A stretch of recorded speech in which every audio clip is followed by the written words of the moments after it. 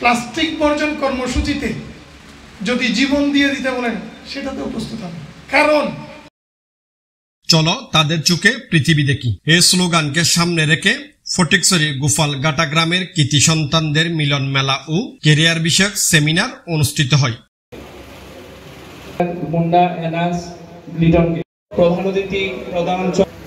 এই সেমিনারে কুইজ প্রতিযোগিতায় বিজয়ীদের মাঝে পুরস্কার তুলে দেওয়া হয়। অসম থেকে 3 জন করে বিজয়ী হয়ে আমাদের যে কুইজ গত 12 জুন দুপুরে গোপালঘাটা উচ্চ বিদ্যালয় মিলনায়তনে প্রজন্ম 71-এর আয়োজনে দেশের সুনামধন্য বিশ্ববিদ্যালয় থেকে অনার্স মাস্টার্স করা এমনই 27 জন আলোকিত মানুষকে সম্মাননা ক্রেস্ট তুলে দেওয়া হয়।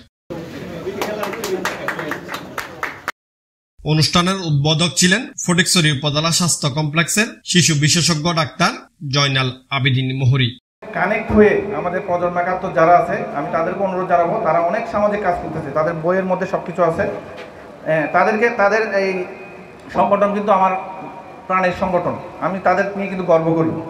গোপালঘাটা প্রজন্ম 71-এর উপদেষ্টা মোহাম্মদ আবু তালেবের সভাপতিত্বে অনুষ্ঠানে প্রধান অতিথি ছিলেন কক্সবাজার শরণার্থী ত্রাণ ও প্রত্যাবাসন কমিশনের সিনিয়র সহকারী সচিব মোহাম্মদ আরফাতুল আলম। কারণ আমাদের দুইটা যে একটা হচ্ছে আমরা মানুষ হিসেবে বেঁচে থাকতে হবে, আর হচ্ছে মানুষ হিসেবে বেঁচে থাকতে হবে, মানুষের যে সম্মান এবং মানুষের জন্য কাজ করা। সেই জায়গায় আপনি ডাক্তার হতে চান, ডাক্তার হচ্ছে তার একটা নিয়ত হচ্ছে সে জীবিকা অর্জন করবে, সম্মানিত পেশা, আবার সে কিছু মানুষের খেদমত করবে। অন্যান্য যারা আছে সবাই আমরা প্রত্যেকে যদি এভাবে চিন্তা করি তো আমাদের ক্যারিয়ার চিন্তাটাও এইরকম আসবে। সো আজ থেকে প্রায় 2500 বছর আগে প্লেটো রিপাবলিক যে বইটা, ওই বইটা আমি আমার ইউনিভার্সিটি লাইফে যখন হাতে নিয়েছি তখন আমি টাইম মেশিনের মতো 2500 বছর আগে চলে গেছি। 1 বছর না, 2 বছর না, 2500 বছর আগে।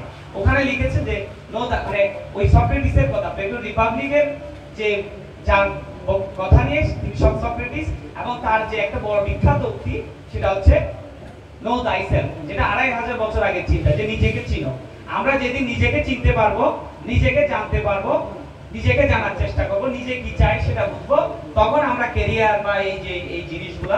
এতে প্রধান আলোচক ছিলেন কুমিল্লা বিশ্ববিদ্যালয়ের মার্কেটিং বিভাগের সহযোগী অধ্যাপক ডক্টর মোহাম্মদ মইনুল হাসান। ওনারাই আপনাদের জন্য আলোর মিছিলের সারথি, প্লিজ দয়া করে বুঝবেন। আমি আপনাদেরকে অভিনন্দন জানাচ্ছি, কনগ্রাচুলেট করছি, আপনাদের বাবা মাকে অভিনন্দন জানাচ্ছি।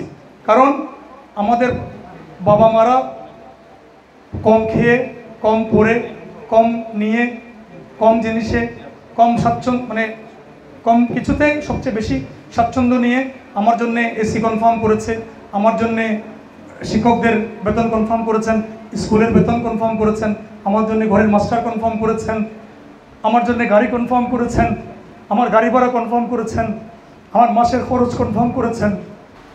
শাহনগর থেকে জিপে যাওয়ার জন্য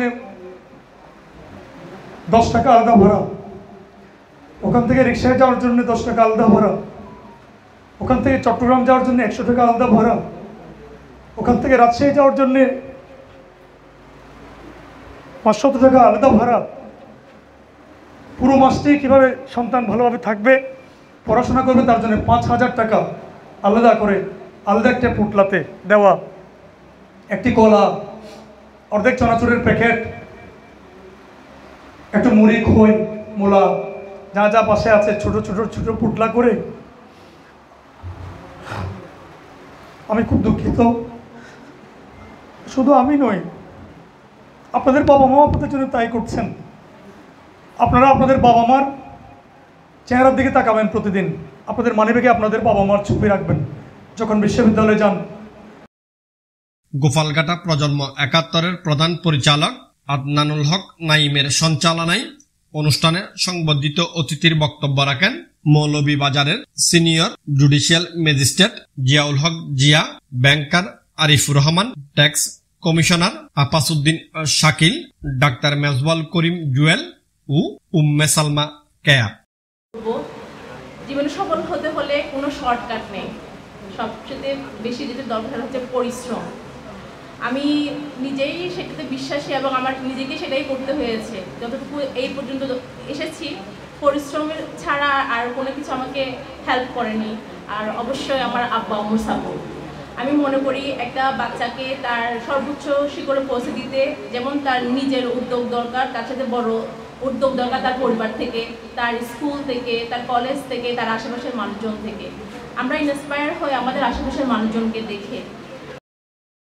এতে বিশেষ অতিথি ছিলেন গোপালকাটা উচ্চ বিদ্যালয়ের প্রধান শিক্ষক ফারুক হোসেন সহ বিভিন্ন স্কুল মাদ্রাসার প্রধান শিক্ষক ও এলাকার গণ্যমান্য ব্যক্তিবর্গ। অনুষ্ঠানে স্বাগত বক্তব্য রাখেন প্রজন্ম ৭১-এর প্রতিষ্ঠাতা সদস্য ও পরিচালক রফিকুল আনোয়ার মঞ্জু। প্লাস্টিক বর্জন কর্মসূচিতে যদি জীবন দিয়ে দিতে বলেন সেটাতে উপস্থিত হবে, কারণ আগামী 20 থেকে 25 বছর পর ভূগর্ভের উপরের পানিগুলো নিচে যেতে পারবে না শুধু প্লাস্টিকের কারণে। কথা বুঝতে পেরেছেন? অলরেডি শুরু হয়েছে। শুকনো মৌসুমে আমরা পানি পাই না, কারণ কি?